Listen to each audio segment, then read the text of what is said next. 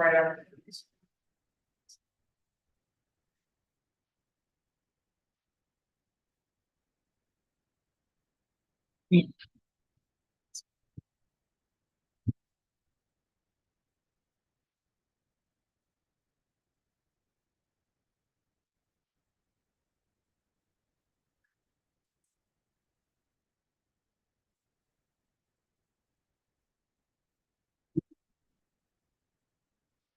All rise. Supreme Court of Guam is now in session. The Honorable Robert J. Clark presiding.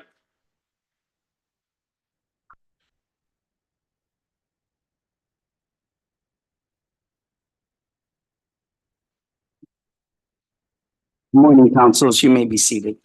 Good morning, Your Honor. Will the clerk please call the case?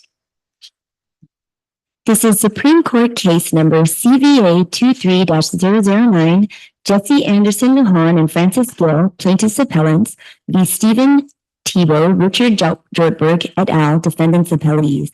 Appearing for the plaintiffs appellants is Attorney Curtis C. Vandeveld. Appearing for the defendant appellee, Stephen Tebo, is Attorney Patrick G. Seville. The panel consists of Chief Justice Robert J. Torres, Associate Justice F. Philip Carbolito, and Associate Justice Catherine A. Merriman. Attorney Vandeveld reserves 15 minutes. You may proceed, Mr. Vandeveld. Thank you.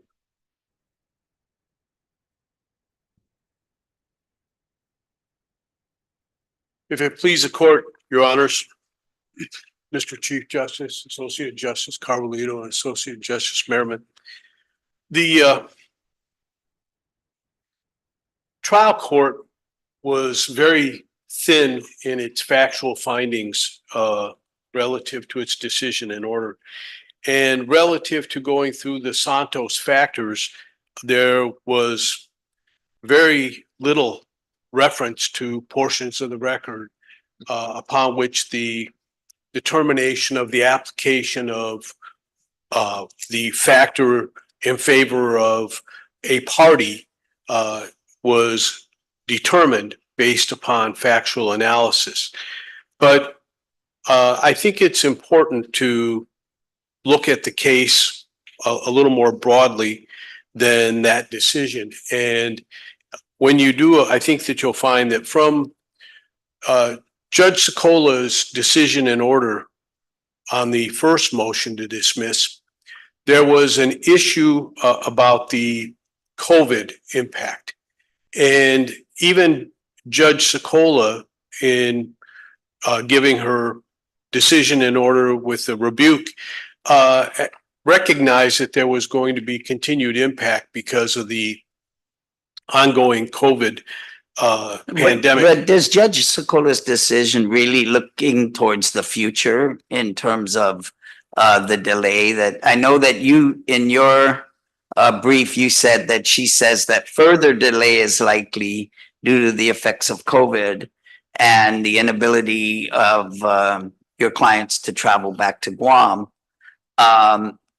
But when you look at Judge Sicola's decision and in the context of her denying the motion to dismiss, I think she's talking about it being the delay is not a prospective delay. She doesn't have a crystal ball to be able to look forward, even in the COVID era, to say that delay, no matter how long it is going to be reasonable. I think when you take a look at her decision, I don't view it the same way you seem to be arguing, that somehow or another she's giving you a pass, recognizing that delay from the time that she's denying the motion to dismiss is going to occur, and that whatever delay that is going to be reasonable. That to me doesn't seem like a plausible explanation. I don't think that's the way that I explained it. I pointed out that there was a recognition that the COVID pandemic was still ongoing and could have an impact upon the future. How long? Yes, I agree. It does not provide any kind of clear forecast, but it does, I believe, and I think I accurately quoted it, forecast that there could be continued delay. And not only was the COVID pandemic impacting people on Guam, including people with comorbidities such as myself at the time, and still, but it was also substantially impacting Mr. Gill, who was my source of factual background information. I did not have independent factual knowledge to be able to proceed. I further point out that that was just part of the circumstances.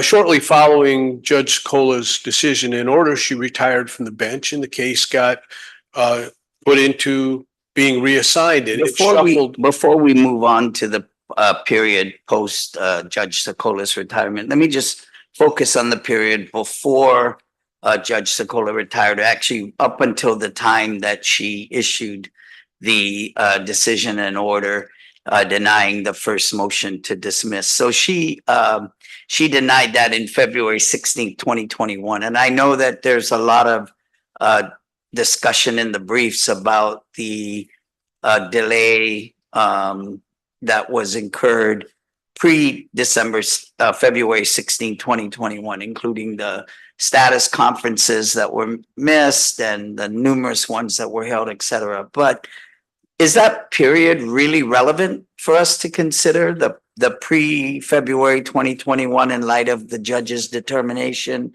that, that the delay, her finding that delay was reasonable? And therefore, even though she warns that there's no further delays will be allowed going forward, she does say that, she does deny it and essentially makes a finding that the delays that were there were excusable, at least. So is that period relevant for us to consider in this second motion? I believe that it is only relevant to the extent of the court having made an ultimate determination that became the law of the case. And so I think that going back. What was that determination? That the motion would be denied and that there were reasonable delays and delays that did not warrant dismissal. I believe that the order then becomes the stop point relative to the factual consideration, and you look prospectively from that juncture. If I'm understanding your question correctly, that's what I would contend. So let's look at because you make an argument that your client's litigation activity from the motion, from when you filed the motion to compel in June 2022 until the dismissal was entered, which was in May 2023, was significant and persistent. What were those actions during those 7-8 months or more, between almost a year between June and 2021 and May 2023, or 2022 and 2023? So what happened was we filed the motion to compel. There were efforts to try to resolve the motion to compel. Ms. Tang came to my office, and her only gripe was that where we said each and every relative to our respective requests, she said that made the matter overbroad and was, which I rejected as being essentially ridiculous because the context of the requests were based upon the language which follows after that, and that is a typical manner in which the requests are made. She said, I said, any and all. We had said each and every. It's just semantics. I want to just focus on what specific activity. You didn't take Tebo's deposition at any point, though, right? No, we didn't, because in order to do that, I would have had to make arrangements with Mr. Gill, who was at that time in a remote portion of the Philippines, and I was unable to communicate with him. I Mr. had, Gill even indicated he was back or available between December of 2022 to January of 2023. So there was nothing that it he seemed- came back for a short period of time, in June, and we met and conferred, but we made the motion to compel discovery. The tactic being that we wanted to get the documents that we had requested compelled to be produced before we would do the deposition of Mr. Tebo. But during that period of time, we also made other efforts. We engaged in trying to have a scheduling conference to prepare a scheduling order for the case going forward, because the prior scheduling order was essentially no longer able to be worked based upon because of the fact of the time that had lapsed. I believe there was another motion that we even filed in the interim. So we were had actively revived the case, and we're moving forward. We had also received So I the see order two from, motions that might have been filed. One was the motion to compel discovery. The other was the motion to enlarge the time to conduct discovery.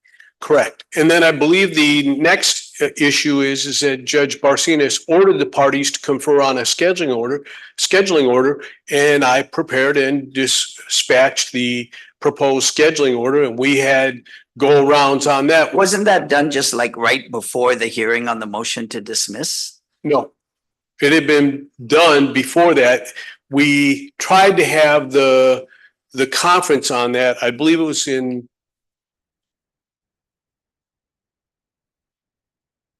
I think it was like 2 months before the hearing on the motion to dismiss. And we were going nowhere. We had filed some other, I had communicated with Mr. Berman and with Ms. Tang about that. We had shuffled documents back and forth and had disagreement on matters, but it was something that was ongoing. I mean, I saw the emails that were in the record on like February the 6th, submitting a That was proposal. the latter part of the communications. That was not the initial part of the communications. And I would note that that's not really part of the record from the trial court. And I'm not sure that it actually conforms. I thought it to was rule. filed, I thought it was filed as an exhibit to, as part of an affidavit after the hearing on the motion to dismiss. So Which is after the hearing on the motion to dismiss. Right, And as so we it's- all know, under Rule 7.1, any evidence that you intend to rely upon, you're supposed to file before the hearing so that the other side has an opportunity to respond to it. Without doing so, it disables the opposing party to be able to address that matter. but you and didn't that's- move to strike it or down below, right? So it is part of the court's record below. I suppose that's a correct statement, though I did object to it. You filed an objection to it? No, I did object to it at the time of the hearing. I said, you know, we haven't had an opportunity to respond to this. It's, you know, not really appropriate. It's not consistent with Rule 7.1. But we don't have that transcript of the February 9th hearing. No, we do not. Yeah. So, Mr. Vanderveld, Yes, just just looking at the defendant's moving papers, the assertion that were made in reference to the lack of substantive action on the part of plaintiffs in moving this case forward. And some of the items that they listed was that the plaintiffs, the defendants claimed that their requests for discovery and production of documents were never answered by the plaintiffs. And to this date, I think that's what the record indicates. I think a key deposition in reference to the allegations in the complaint was the deposition of Mr. Tebo, which the court granted was able to be done by video conference. And the assertion is that deposition has not been taken to date, or at least that's the time the court dismissed the the matter for failure to prosecute. And then I think that Judge Sokola made a lot about the status conferences not being attended, and understanding that you were ill for this period of time, but that alternative counsel or co-counsel was never secured. And so, you know, taking some of these substantive steps that could have been taken that were not taken, you assert that the dismissal with prejudice was severe, but so was there any less drastic sanction that the court considered? There was. Or you feel that maybe would have been reasonable under the circumstances?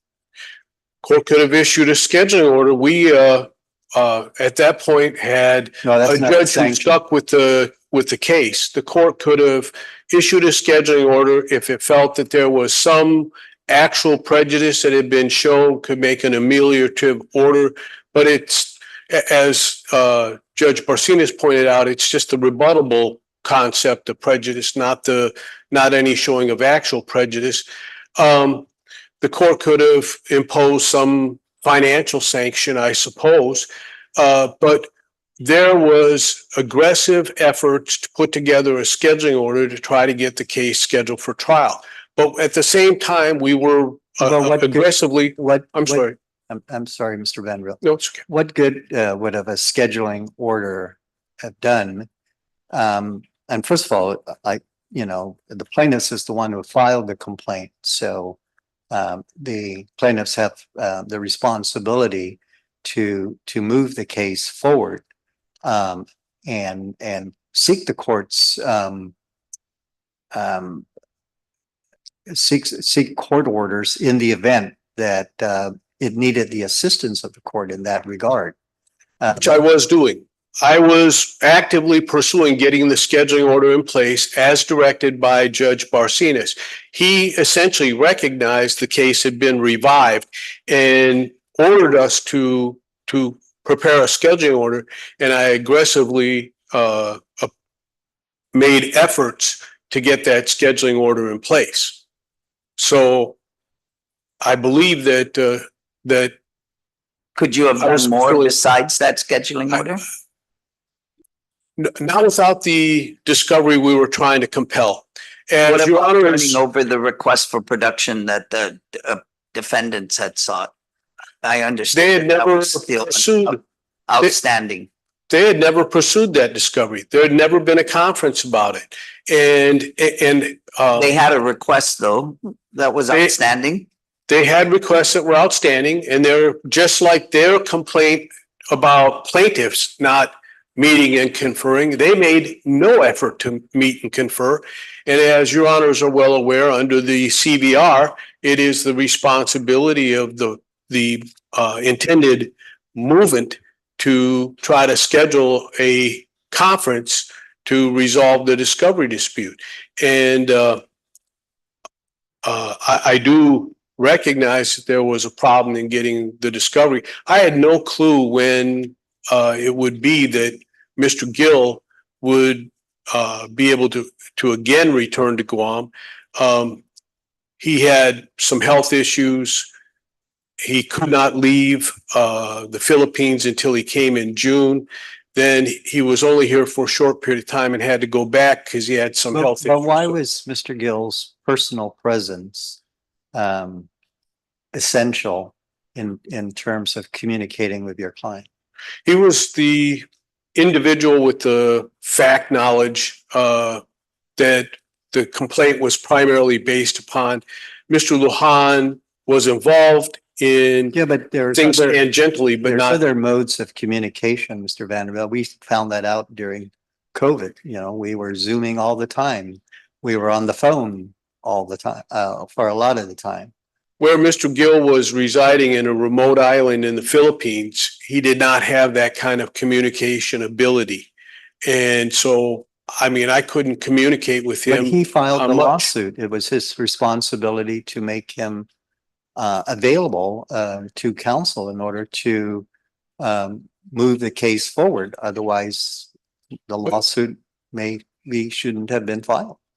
Well, it was filed before the COVID pandemic began. And he was already in the remote island in the Philippines when in March of 2020, the pandemic circumstances began to plague worldwide populations. And he was restricted under Philippine regulations from movement from where he was into Manila for the purpose of being able to transit back. And as I said, he had no real communications. We tried several times using WhatsApp communication. He would try to go to a hill in the island where he was at to communicate. We just couldn't communicate. But You know, Mr. Vanderbilt, when you file a lawsuit, aren't you supposed to have investigated the facts and be able to go forward even if your client isn't? I don't believe so, because I'm an attorney. I'm not a fact witness. So I don't think it's appropriate for me to make factual statements. I have the underlying background knowledge about the case, which in order to comply with my Rule 11 obligations, I did perform. But relative to the specific factual knowledge of each and every communication that was had with the respective defendants, that was not within my particular knowledge, and I'm not able to, and appropriately not allowed to become the factual witness for those matters. That would be appropriate from my clients. Otherwise, attorneys would just simply wholesale write whatever they want to. There are some that do that, but that's really not consistent with the ethical rules. But Mr. Vanderbilt, that Yes, may have been material and relevant if an actual trial was scheduled and you had to put on witnesses. But in reference to discovery and in reference to moving the case forward such that it would be ready for trial, the record seems to indicate that that was lacking, and that was what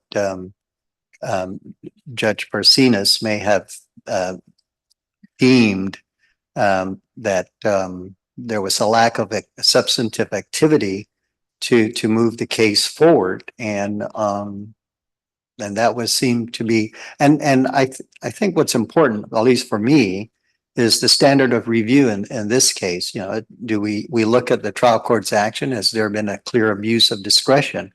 He itemized his reasons going through the factors in relation to why he feels that the delay is unreasonable and the case is not moving forward. So, you know, you need to give us more. I don't think he actually analyzed the factors. He said the factors and he said his conclusion, but there's no facts and analysis under each of the categories of his applying the Carney versus Santos factors. Well, in reading the trial court's order, he determined that delay in the case was unreasonable just because over 5 years had passed with little progress. And he felt that the pandemic was no longer a valid excuse for the delay. And so he got, you know, even considered less drastic sanctions, you know, other than outright dismissal. But he said that, or at least asserted that the plaintiffs did not heed Judge Socola's warning that you know, a lack of activity would there would be more adverse consequences. So he seemed to have provided reasons for his conclusions. I think he completely overlooked this court's decision in McCready versus Lujan about when a case is moved from courtroom to courtroom post the retirement of Judge Cola and awaiting for someone to be actually assigned who was going to stay on the case, and he hasn't stayed on the case and now assigned to Judge July. But Well, why did but- you need a judge during that period? What, I mean, what was? to make a motion, What was to for compel- prevent you from doing the things that you could normally do without a judge as far as discovery was concerned, as far as exchange of production, as far as the meet and confer? Yeah, you point out that, you know, between Judge Sokola's retirement on May 26th and the appointment of Judge Barcinas on February 2022, but you don't proffer explicitly why a judge was critical to have during that period of time. You just say, we didn't have a judge. well, we didn't have a judge, so we didn't know who to make the motion to, and we wanted to be able to, the motion to compel. And But you I would don't, you put, don't file the motion with specific judges. You file the motion with the Superior Court of Guam. It's incumbent upon then the court to find a judge to address the motion. So I don't see why well, a the- named assigned judge hampered your efforts in moving the case forward. it was a combination of factors. It was also the fact that at that time, Mr. Gill, who had the factual knowledge and was better able to discuss with me why it is that there were defects in the communications that were produced relative to the email communications between the respective parties, where there were gaps and what was missing. When I originally did the stipulation that I transmitted to opposing counsel relative to what was missing, I relied on certain facts.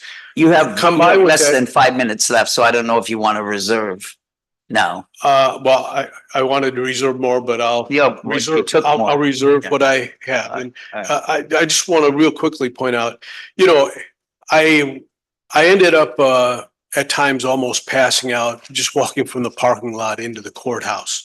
I had an ablation, which is a heart surgery, in May of 2022. I had hoped that was going to take care of my heart issues. It did not.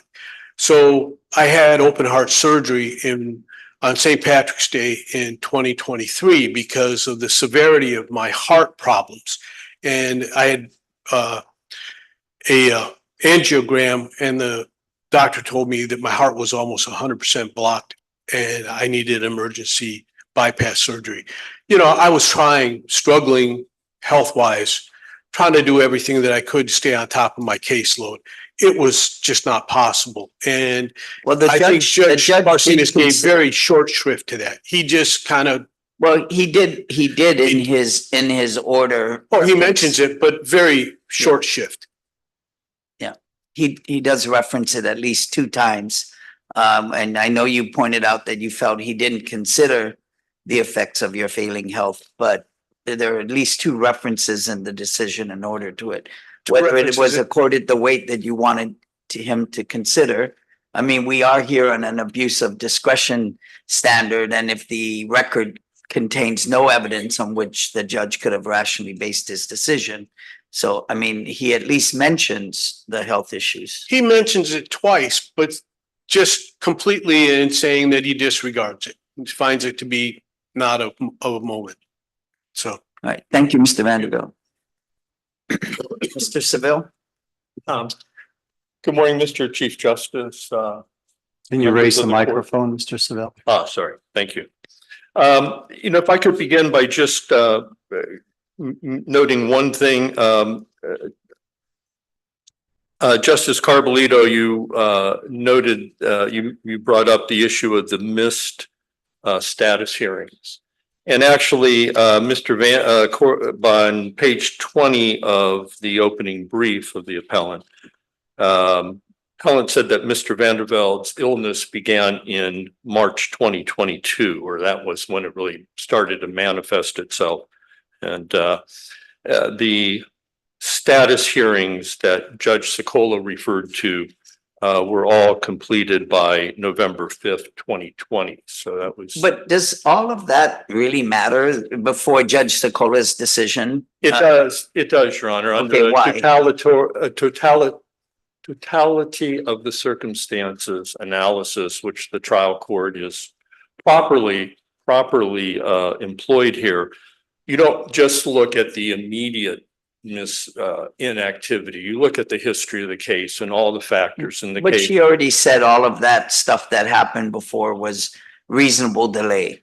I mean, she basically had. I don't think I would go that far, Your Honor. I don't think she said that COVID, to the extent that it was based on COVID, that at that point it was reasonable. But Your Honor, I would agree with you that Judge Secola was not speaking prospectively. And the fact that she very, in the next passage of her decision, followed up by saying, with a very stern warning, which she said she normally wouldn't give, but she said, I want to make it clear, I'm giving you a very stern warning. Any other dilatory tactics, and I won't be so forgiving.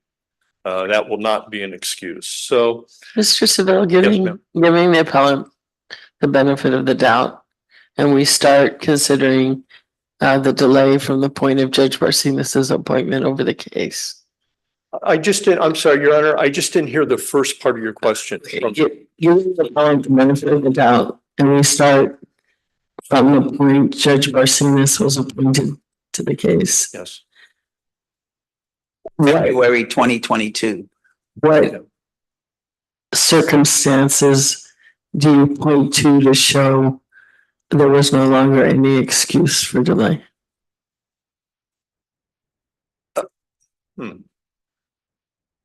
Okay, so if I understand your question, Your Honor, you're saying, assuming hypothetically that all of the delay prior to Judge Seguenza, Barcinas. Judge Barcinas's appointment, They look alike. we're going to not count that. We're going to disregard that completely. Okay. Then I think you'd still look to couple things. One, what they point to primarily is their motion to compel. And the motion to compel was filed and didn't comply with Rule 37. It didn't have the required meet and confer, and it was out of time. It was, 4 years too late. And that was a big factor for Judge Barcinas. And the meet and confer, and I take, we very much disagree with counsel's description of how those meet and confers went. The declaration of Ms. Tang in the supplemental excerpts of record beginning at page 160 outline, I think, a far more complete in detail how futile those efforts were. And Judge Barcinas focused on that. He said, look, there was no meaningful meet and confer. And, in the record, there's the reference that Mr. Vanderbilt, after trying to get this all set up, and then he says, I'll give you 20 minutes. He identified 36 discovery issues that needed to be discussed. And he said, you can have 20 minutes. And that's simply not a reasonable response. And the judge properly took that into consideration. What affected his order to start out, essentially, the order that preceded the order of dismissal, to take certain actions in the case? What effect? Yeah, for the parties to re-engage in discovery and submitted a new discovery plan and scheduling order. Okay. In a perfect world, Judge Barcinas would have heard the motion to compel at the same time that he heard the Rule 41 motion to dismiss. He didn't. He heard the motion to compel first, And the instructions you're referring to came out of that motion hearing. When he heard the motion to dismiss later on, that's, as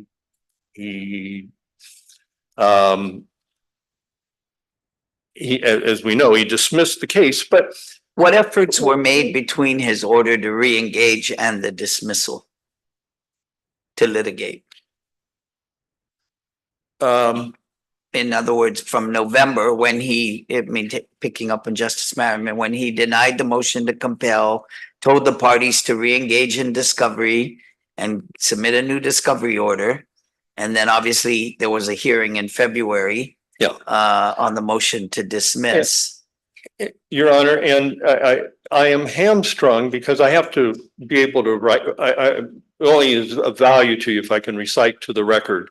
And unfortunately, a critical part of that record is the February 9th hearing, which we do not have a transcript on. But you could have ordered one. Your Honor, I'm going to accept that as a challenge, if I may, for just a moment. Okay. Rule 7. I don't do enough appellate work, I guess, but when you start doing it, you realize how the rules actually do fit together. Rule 7 requires an appellant to promptly give either order all the transcripts or give notice of the issues that the appellant is going to raise. And that triggers the duty for the appellee then to order other transcripts if necessary. And it also imposes on the appellant the duty to order all of the transcripts relevant to the issues they intend to raise on appeal. Those are kind of like bright line requirements, black and white requirements that it's very easy for a practitioner to understand. In this case, none of that was done. No transcript, no filing of issues. So as the court knows, and I'm not trying to argue that, but I'm just pointing out, we did file a motion to dismiss based on that. And the court said no, citing to Lamb versus Hoffman. The problem that in the court, and I understand the reasoning, the court says, well, we think there's enough in the record for us to review Judge Barcinas's decision. The problem is, Your Honor, and I think what your questioning is bringing out is a couple problems. One, from a practitioner's point of view, it's really hard to have to guess, will the justices think this is enough of a record if the appellant doesn't do any of the things he's supposed to do, doesn't identify issues and doesn't order transcripts? And that's, I think, just not as clean and not as instructive to practitioners. And it puts us in kind of a no man's land sometimes, as in this case, where when the court's order on our motion came out, we had I think less than 2 weeks to file our brief. So yes, Your Honor, we could have ordered the transcript had the appellant said, well, this is what the issue is, or when he didn't order any transcripts at all. So, Mr. Okay. Seville, going back to the arguments. Right. So one of the factors that the trial court considers, and we have enumerated, is the public policy favoring disposition of the cases on the merits. And Judge Barcinas felt that because of the 5-year delay from the time of filing the complaint until the motion to dismiss under 41B was filed, he deemed that prejudice was presumed in terms of one of the factors. But what actual prejudice did your client suffer in relation to any inactivity that you assert that Mr. Lujan did not engage in. Beyond the obvious prejudice that all defendants would suffer in terms of costs and just expenses of defending, the prejudice is with the passage of time. Are there witnesses who are lost? Do memories fade? Do documents get lost? We've had, as I believe Your Honor pointed out, we've had discovery responses pending for 6 years now. And, you know, we don't know what's been lost, what people will simply forget about. There is a prejudice in not proceeding expeditiously because evidence is best when you get to it reasonably soon. But in this particular case, it would seem that the delay would favor the defendants in reference to the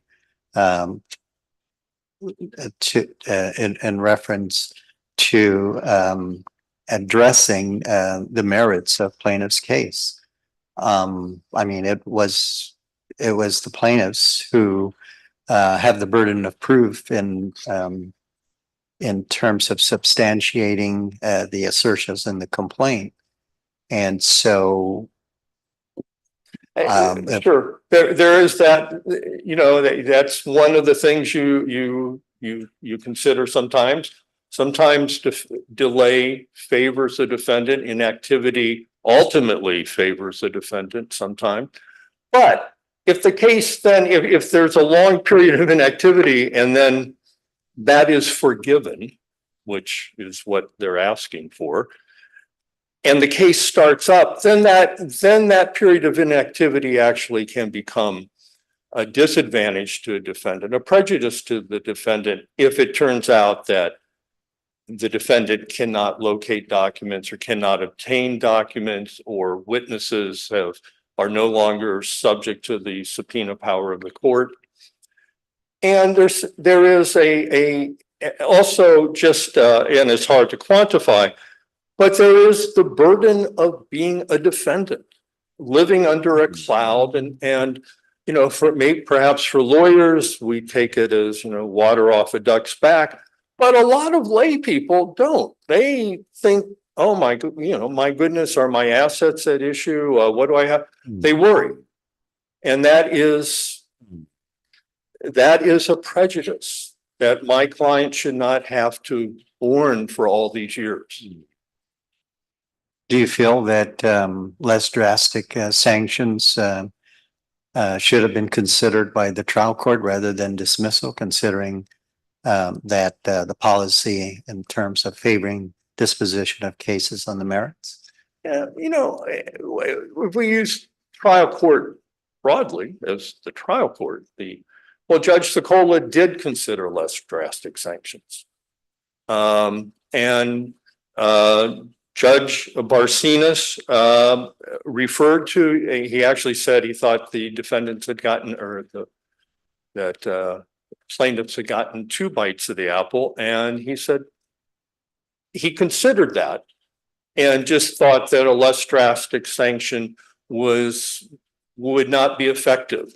And I think, and once again, I don't want to keep coming back to this, the transcript of the hearing, but the obvious inability, or no, not inability, the obvious problems that he was dealing with of the parties, the counsel for the parties, not the problems of getting a meaningful, and the judge kept stressing this, a meaningful meet and confer session, the failure of that to happen, which I believe he appropriately placed primarily on the plaintiff's head. Those were factors the judge could reasonably consider, appropriately consider, and saying, no more. This Rule 41 is ultimately, or one of the main things, is a docket control mechanism. So one of the points that Mr. Vanderbilt raised is that, you know, his health was a real issue in reference to moving the case forward. And it seemed that the trial court took that very lightly, and I don't think any of us in this room does not have concerns regarding counsel's health. But was that properly taken into account in terms of ultimately deciding on the sanction of dismissal in reference to this case?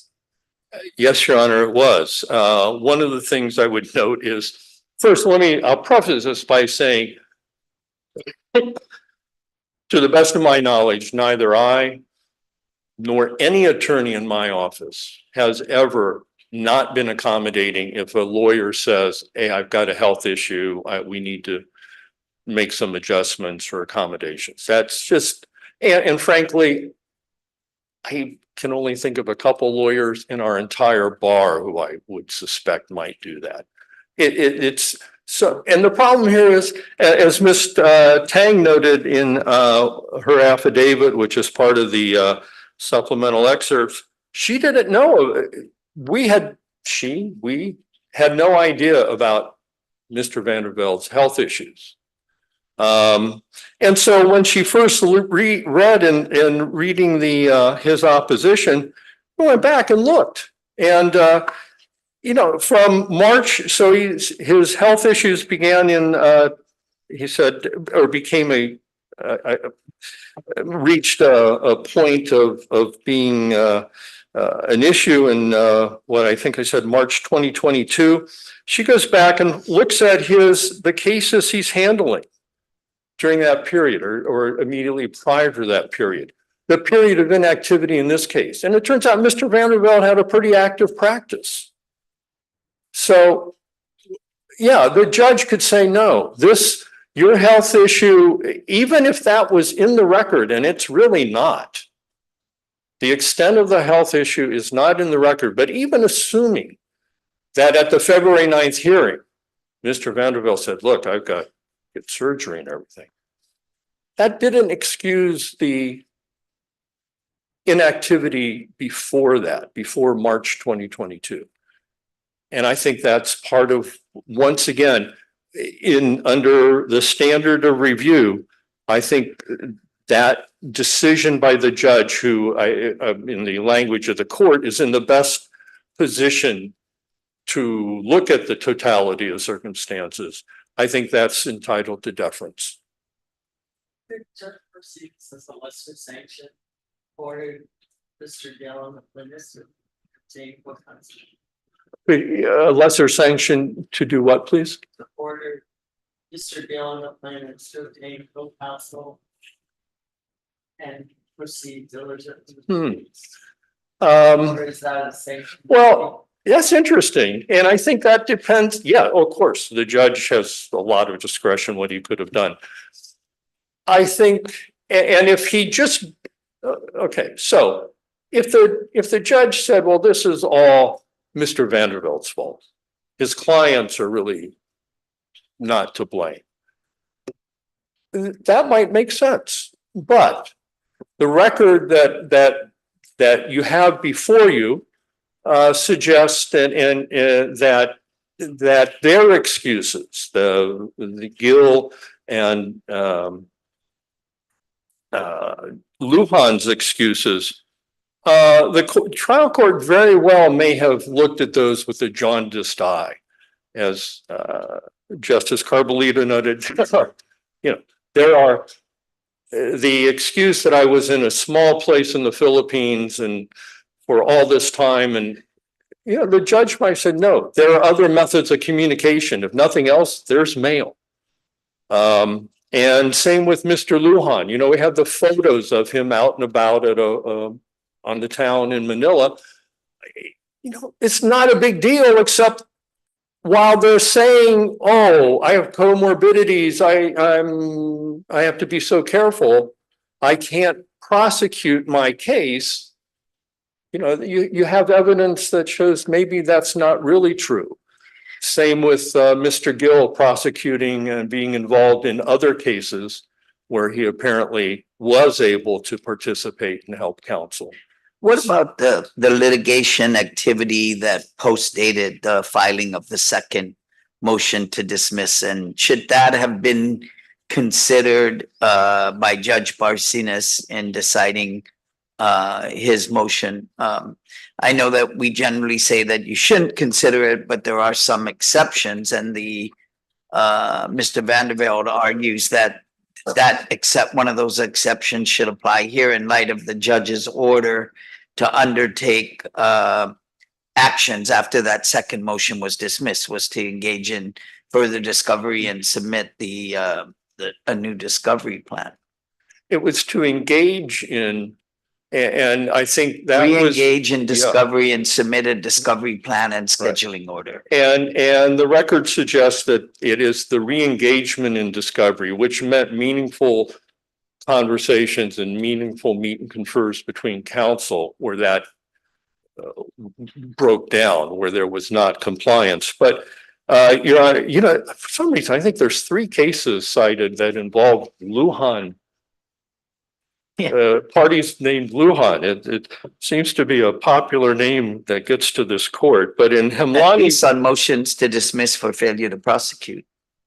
Yeah, so in Hemlani versus Lujan, the court addressed the idea, after a lapse of prosecution has already occurred, and still reviewed for an abuse of discretion. The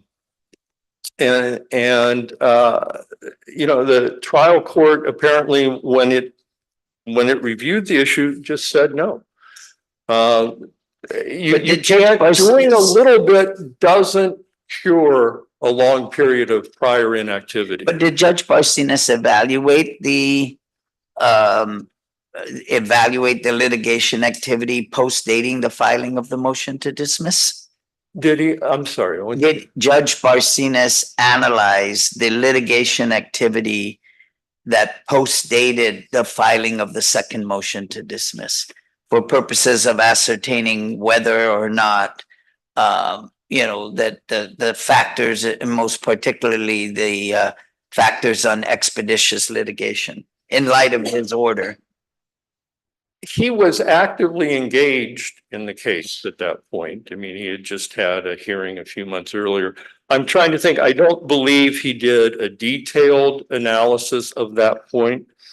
But once again, Your Honor, so should that, I mean, do you think is this case one where we should consider that or not consider that? I mean, because the general rule, at least as we set forth in, although there are exceptions in Lujan versus McCready, was that post litigation, post filing of the motion to dismiss activity should not be considered, because the motion to dismiss is filed. You look at what's accrued before then in terms of evaluating the merits of that motion, not what you've done after that motion is filed. Okay. Your Honor, I think McCready was more narrowly drawn, and there I think the delay was like 3 days. So it was a factual outlier that Rule 41 would be up on a 3-day delay. But I think and I get my Lujans mixed up, but Lujan versus Lujan 202 Guam 11 at paragraph 26, the court affirms that it's this case by case basis. If you're looking at activity after a long period of inactivity, the motion's filed and suddenly the plaintiff starts moving their case again, that decision is made, the Rule 41 analysis is made on a case-by-case basis.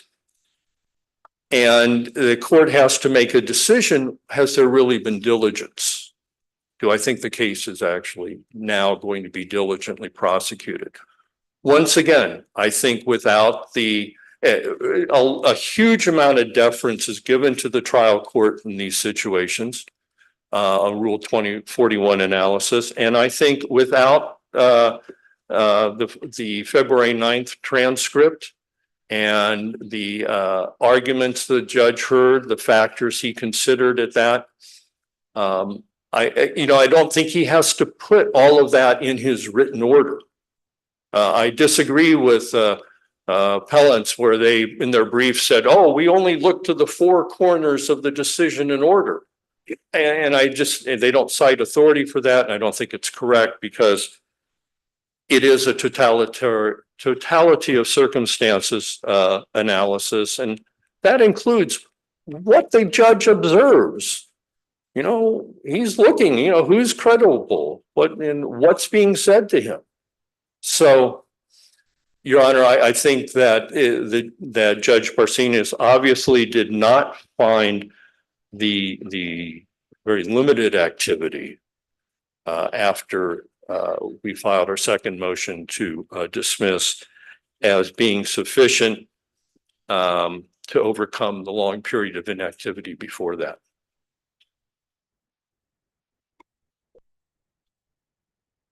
Okay. Your Honor, I think that's over. Three.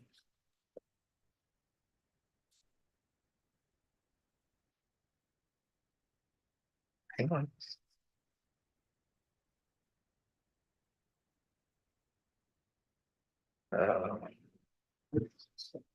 Yeah, Your Honor, if I don't, unless you have other questions, I think we would ask that the trial court's decision be affirmed. Thank you, Mr. Seville. Thank you. Mr. Vandervelde, Thank you. you have 4 minutes. How much time does he have? Is that correct? 2:51? I'll give you 4 minutes, Mr. Vandervelde. Thank you, Mr. Chief Justice. So the court pointed out that there are two times in which Judge Barcinas references my health condition. Page 3 of 6, EOR 062, lines 5 through 6,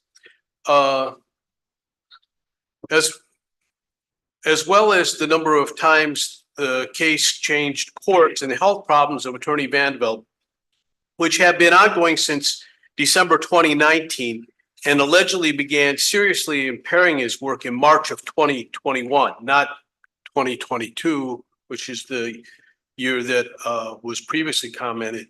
That's the first reference in his decision. And the second decision, or the second part of it is at page 4 of 6, EOR 063, which says at line 13 through 15, the court no longer finds the pandemic an acceptable shield for plaintiffs to cower behind. And while the court is sympathetic to Attorney Vandervelde's health issues, plaintiffs have had ample opportunities to seek additional or alternative counsel to move this case forward. I would point out that I don't think that's that really seriously considered the impact and the severity of the circumstances relative to my clients. But is anything in the record on this, Mr. Vandervelde? I mean, I know the judge references it in here. I know you did an affidavit that I saw that you referenced health issues. I think it was at the same time Mr. Gill filed his affidavit about living on the remote island. But is there details concerning your condition in the record that we can refer to? I don't think that I think I was trying to maintain my health privacy as much as I could. I don't recall whether or not I went into the. I mean, you could have filed it under seal with the court and asked the court to, look at it without making a public disclosure. I mean, you're making these assertions that, obviously we'd like to look to in the record to help us in making whether the judge appropriately evaluated it. And I just don't see it. I think that my point of view is I think that I put it into the declaration sufficiently that I was having these severe health issues. But if the court feels that I should have put more out or filed under seal, I can understand that the court might think that. but at the time that these things were actually before the court, it actually was, the briefing had been done before I actually had the open heart surgery in March of 2023. So, I at the time of the briefing, I was less aware of the circumstances. In your declaration in support of the motion to compel discovery, you do cite in the paragraph that you say my various health matters, but I think, that's basically the extent of what you've put forth in that declaration. And then you say, and other than that, I don't see anything else in the record that suggests that. And it's not to say the judge didn't consider it, because clearly he did. But I guess the severity of the health matters that you proffer now as impacting your ability to prosecute the case just doesn't appear to be in the record before Judge Barcinas to look at. Maybe it was in the oral argument on the motion. Which you should have then ordered the transcript of February the 9th, which you didn't do. I understand.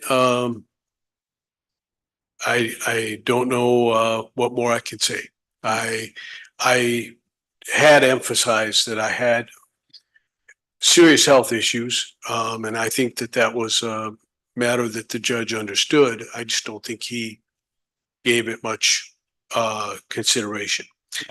Relative to the opportunity to supplement that of course was based upon the court's decision in order and extending time. That was certainly something that appellees could have supplemented in the record, didn't. And relative to my work activities, I was struggling trying to stay on top of whatever I could, trying to be professional about my work. As I point out in the reply brief, the activities that are referred to in the documents provided in the supplemental excerpts, that work activity was mostly defensive, and it related to cases for which I had substantial factual knowledge, and the records had been developed in 426 and 444, but I did not have the factual background information. The fact that Mr. Lujan had dinner, I explained that in the briefs that he was still in the Philippines, it was only household members, and it was towards the end of the pandemic restrictions. But there's nothing that indicates that in the record that indicates that Mr. Gill or Mr. Lujan had the opportunity to hire other counsel. Back in 2018, you looked like you were ready to go forward with this deposing Mr. Tebo, and the dispute was whether he had to come to Guam for that deposition. But yet, back up until the time that the matter was dismissed, even though that matter was resolved, there was no effort to depose him. I mean, you were ready in 2018. What made the difference between 2023? That would require me to disclose attorney-client confidence, and I can't go into that. Confidential communications. I had discussions with my clients based upon their fact knowledge, and they felt that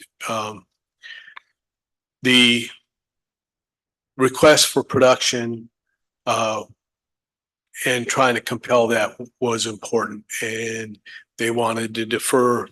And I think there may have been some expense issue, but I can't really go into the communications. So what about the going back, Mr. Vandeveld, in reference to the fact that as a result of your health, you were not able to address some of the duties that is being questioned at this hearing, and in reference to the posture of the case.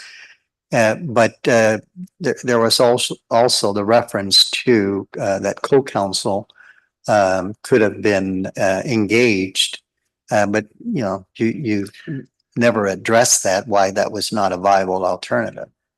Well, because, you know, I had started actively moving the case forward. I think my clients felt that they preferred to stay with me as their counsel and their only counsel, based upon the fact that we were actively pursuing the case at the time. And I would point out that, you know, this is not the only case that I had that was backing up. I had numerous criminal cases that were backing up. I've tried several cases now since I was able to be returned to health in June of last year. And so I'm trying to, as much as possible, move my caseload forward. I think, though, that my clients believe that their best interests were still to have me remain as their counsel.